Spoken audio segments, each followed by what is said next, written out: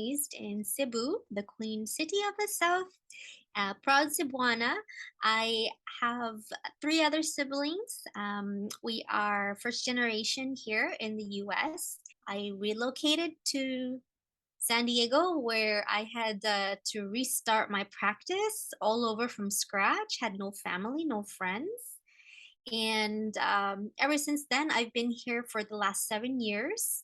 I am a chiropractor, I am an acupuncturist, I'm also a shamanic medicine practitioner. We in the Luib Health Center, House of Hilot, we practice Hilot Binabaylan, and we learning this from the Hilot Academy from the Philippines, from those that are, yes, bringing back is the Babaylan ways. Our vision also is one that we see everyone um, asking the deep questions about the history, the things that happened that had made us ashamed of ourselves and our medicine.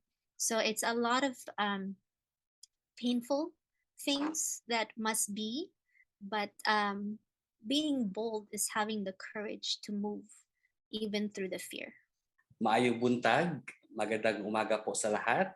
I am Dr. Lloyd Dapar and currently an assistant professor in the academic paradise of the South, Central Mindanao University.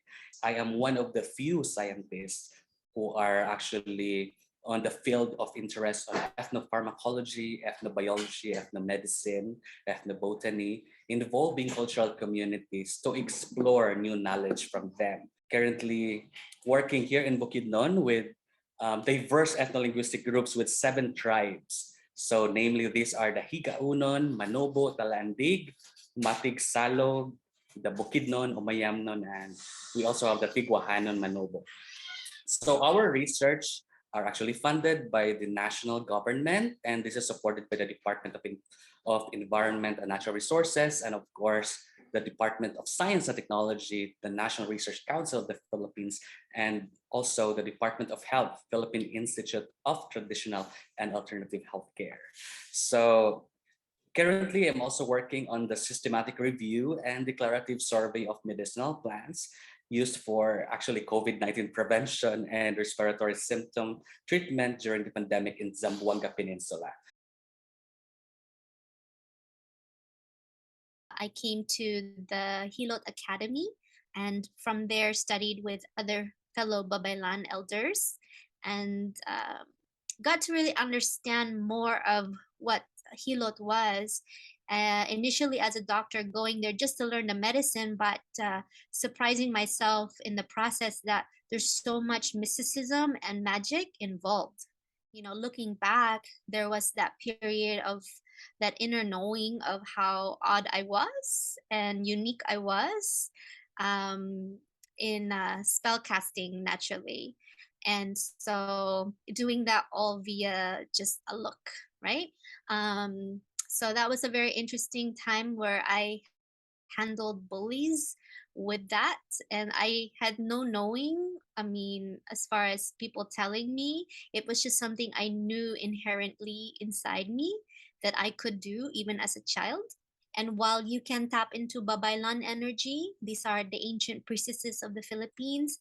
Not everyone is Babaylan. So it's a special place in which the people actually call the person Babaylan, not self edifying.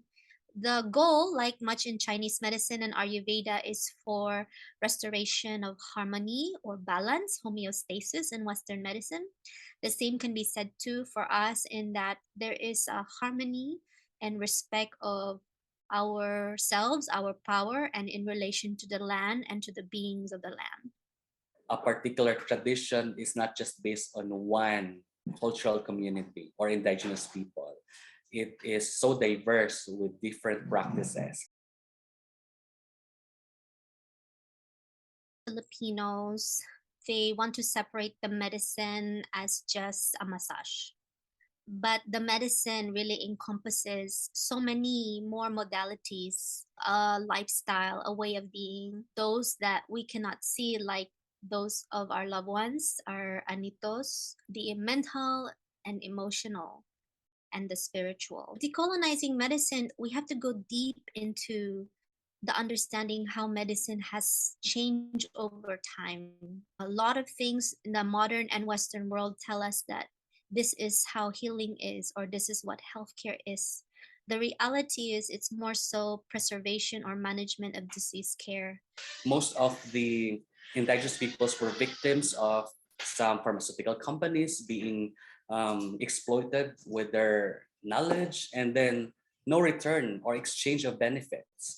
And this is what we are trying to fix, and this is what we are trying to uphold, that there should be a proper standardized data collecting protocol when we engage this particular research. So there should be a mutual respect and agreement that this particular research study that we are going through will be returned as their benefits to the community, to save their traditional knowledge, and of course, not to encroach all those medicinal plants or not to exploit their knowledge, but to help prevent exploitation. Their knowledge was based on experience and based on their um, learning from previous generation, and so it is being passed to the next. They can heal sickness or diseases based on their traditional or spiritual gift. Sometimes we call them as gift. Okay, so not just medicinal plants. This is something that we cannot ignore. This is something that we have to embrace, that they have this particular knowledge. And in fact, the United Nations recently released that there was a preliminary report warning that the global biodiversity is actually declining at unprecedented rate, and with approximately 1 million species of animals or plants at risk of extinction. However, this report noted biodiversity is actually declining at a significantly slower rate on lands governed by these indigenous peoples, which actually demonstrate their success as being stewards of their natural environment. So, our medicine is all about nature and going back to nature, using things from nature, and also understanding our place with nature and the natural order. So I will say that all of us have the compass. If we forget, you go back to nature and all those things I mentioned, and it brings you back.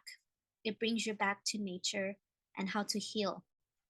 Because, you know, going through the chemical route is gonna be not as effective, especially if the problems start out in a spiritual plane.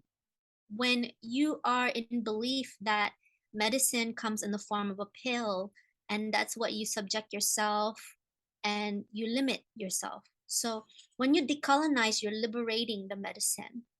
You are accepting of things that doesn't look like healing in the traditional sense, or in the modern sense rather. And there's also aspects of going deep into places that is dark or shadow or the painful. And that's where the power is, because when you have pain, you are losing power. And when something no longer hurt, that means you have brought back the power. So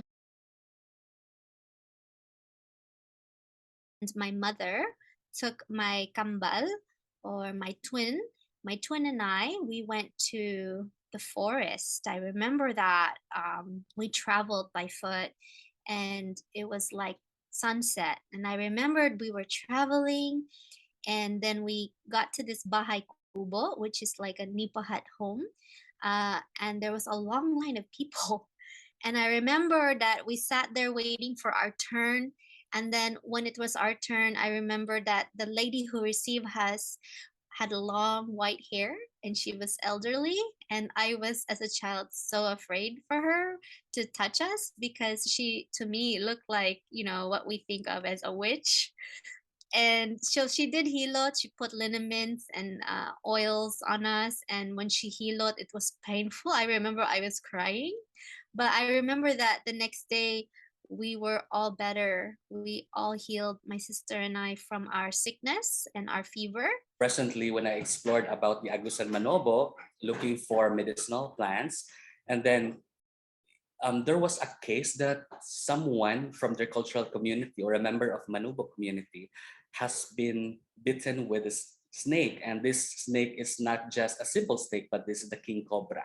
So by within 5 minutes, when you are bitten with this particular king cobra, you will die in 5 minutes. So that is so dangerous. So when I come across to that particular case, and then I was actually in a provincial hospital, and then the medical doctor who actually was the attending physician in the emergency room, and then he actually asked what particular snake has bitten this particular person, and then he said it was a king cobra accordingly. And then when the doctor imagined their duration or how many hours they traveled from the from the province perhaps, or from that municipality going to the provincial health center or hospital, and then it took them 3 hours. And how is it possible that this particular person is still alive? Okay, and then we have then the doctor actually just discovered that their cultural community has this what we call local healer, and they call this as babaylan, who actually did this particular emergency procedure perhaps in their local practice to apply this particular medicinal plant and treat it immediately while traveling going to the provincial hospital. And then by the time that this particular person arrived in the provincial hospital, the medical doctor asked what particular snake, and of course the particular antidote or antivenom will be specific to that particular snake. And there is no a general anti-venom treatment. So it has to undergo some questions, interrogations, etc. And of course, it is very surprising that this particular person still alive. And then when I was listening, and I have overheard a particular scenario, and then, oh, sounds interesting. This is my interest, and this is the knowledge that we have to capture from this traditional or cultural community. And nobody in the Philippines, most of the scientists that I knew, were not fan of this particular field, and this is what I am trying to um, promote the cultural knowledge of the cultural communities or indigenous peoples, because their knowledge is actually vanishing and sometimes lost or forgotten if we are not going to save. We cannot actually underestimate the knowledge of the folklore. This vision of unification in the repiecing and the remembrance of all of us, through extending more wellness centers. What we say is our House of Hilot, more House of Hilots growing around the US and different parts of the world. So our wellness center, the Luib Health Center, located here in Claremont, Balboa, is offering through its many houses. We have many houses actually. So the House of Hilot was the first in completion this year. Later this year is going to be the House of Max Sebastian, and then also the House of Herbs. So through the House of Hilot, we're going to be doing retreats. The first one coming up this month of August is for 18, 19, 20. And then 2021, 22. So it's a 3 day, 2 nights where we lodge, and it's all inclusive of the activities, of course, sleeping, bathing, eating, so all the meals and the lessons. It's gonna be where it's open to all women, all lineages, and then later on we'll have retreats focused on learning Hilot, and also retreats in which we honor the dead this coming November 1. So October 31st, November 1 in the Philippines is the Day of the Dead, like how our Mexican brothers and sisters have also. We call it Araw sa Patay, where we go to the cemeteries. And for us, death has really been changed over time, especially the last 2.5 years, where the fear has changed our energetic vibration, what we understand about sickness, what we understand about healing, what we understand about death. So we want to bring it all back to empowerment level, instead of like the hysterics and a lot of the chaos and a lot of the fear that paralyzes people. The spirituality can look trendy, but it is different when you live it. And so I hope that for our young people, it's not just trendy, but also that they come to fully understand and live the practices of it.